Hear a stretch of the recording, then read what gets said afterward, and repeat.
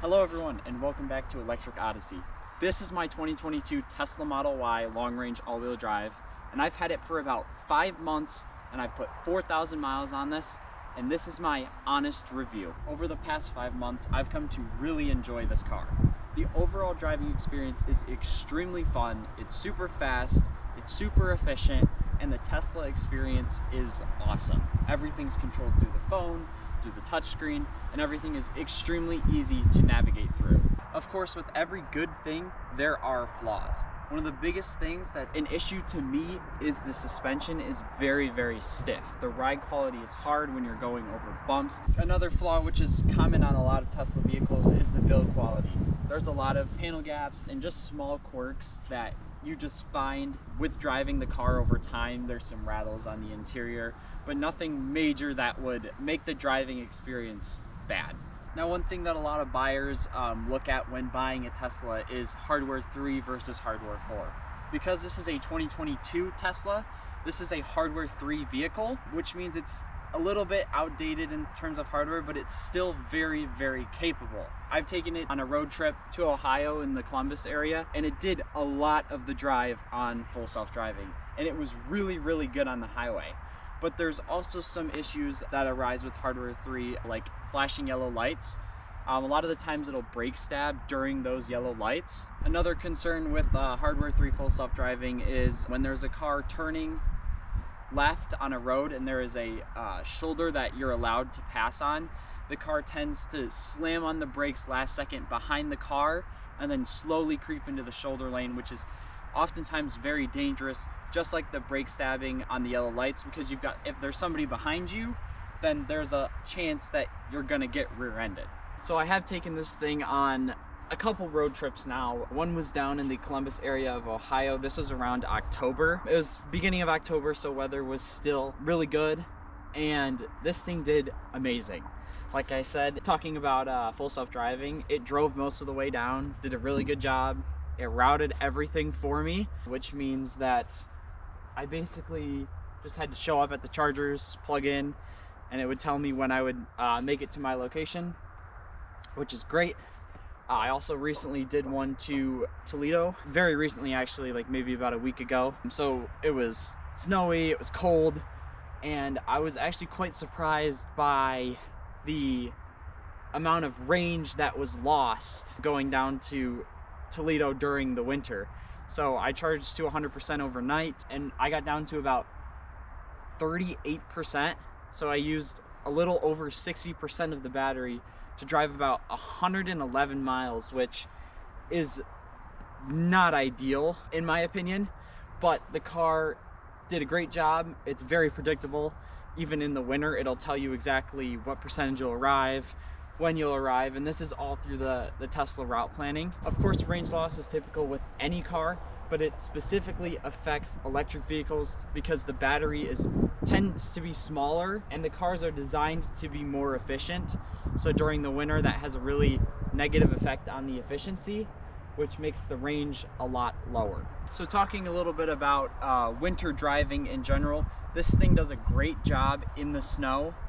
The traction control system on these Teslas is amazing because the electric motors allow for such little time between reaction and the wheels, so they can quickly figure out, okay, well, we're slipping here, we can quickly fix that. These Continental Pro Context, these are the OEM tires on the Tesla.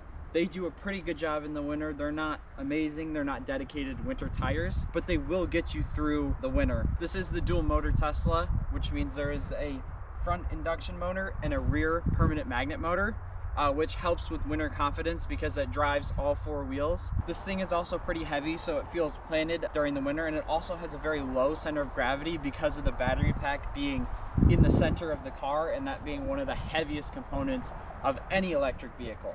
So talking a little bit about charging, I charge this Model Y at home for the most part.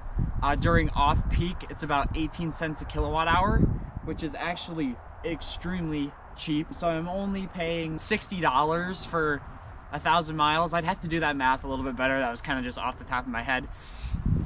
But overall, it's a lot cheaper than what a combustion engine vehicle would be.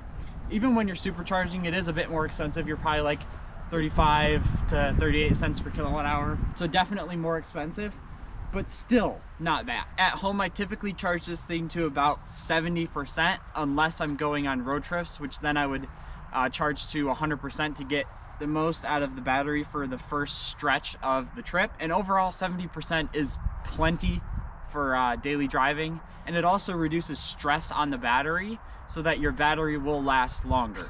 Now, I haven't done a deep analysis into the battery health of this specific Tesla, as it is a used Tesla from their online website. So I have not driven the first 30,000 miles of this car's life, but overall it seems to be pretty good. The nav's very consistent with what the battery actually states the percentage is. Around 70%. In the summer you can get around 200-ish miles, and then when it is fully charged, the battery does state about like 290, 295 miles. That's at full charge. Overall, it doesn't seem like it depreciated that much.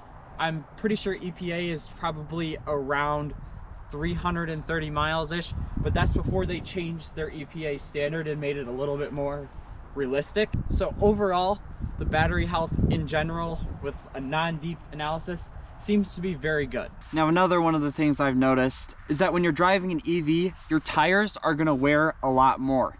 Like I said, these are the OEM Pro Contact RX tires. They are very nice tires. They're super quiet. They drive really nice, but they do have a lot of wear on them after around 34,000 miles. So you're gonna have to be prepared to buy tires quite a bit, because like I said, these things are very, very heavy and they have a lot of torque. So you're really ripping on the tires. Now, this Model Y has been in for service a couple times now.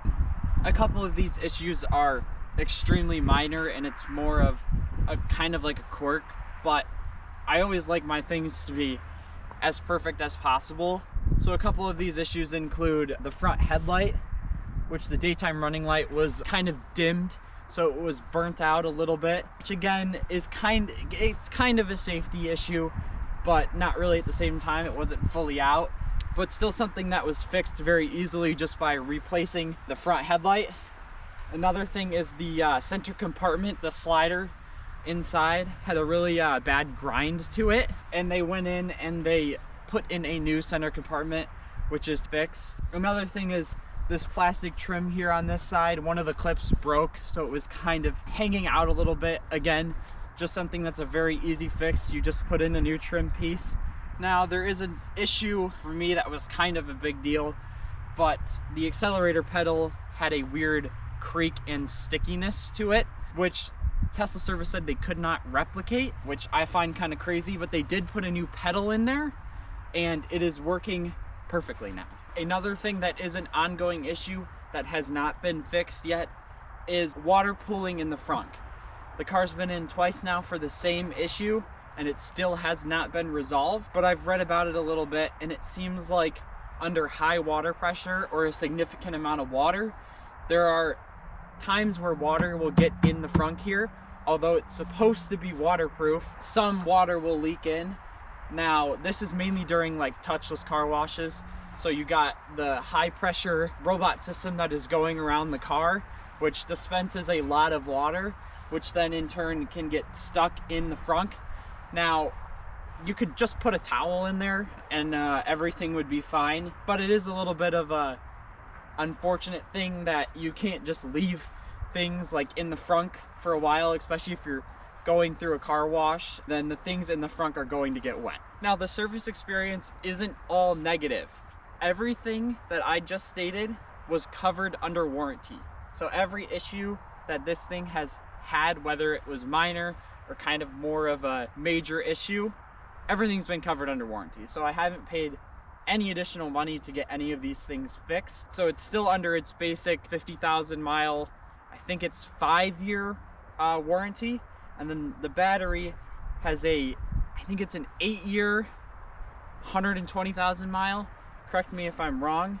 So everything was covered under warranty. So overall, with everything I've talked about and with owning the car for 5 months, 4,000 miles, should you buy a used Tesla? And I say the answer is yes. You get a bunch of amazing features with this car. You get the whole Tesla experience. It's an amazing car to drive. And they're also more on the cheaper end when you go through the used market. This car, I believe, had about a $60,000 MSRP. We got it for about 30. So in 3 years, it's lost half the value, which means the previous owner took the biggest hit on depreciation. Overall, these cars are cheaper in the used market by quite a bit because it is an electric vehicle. So hopefully most of the depreciation is over the first like 3-ish years, so you don't take that big hit.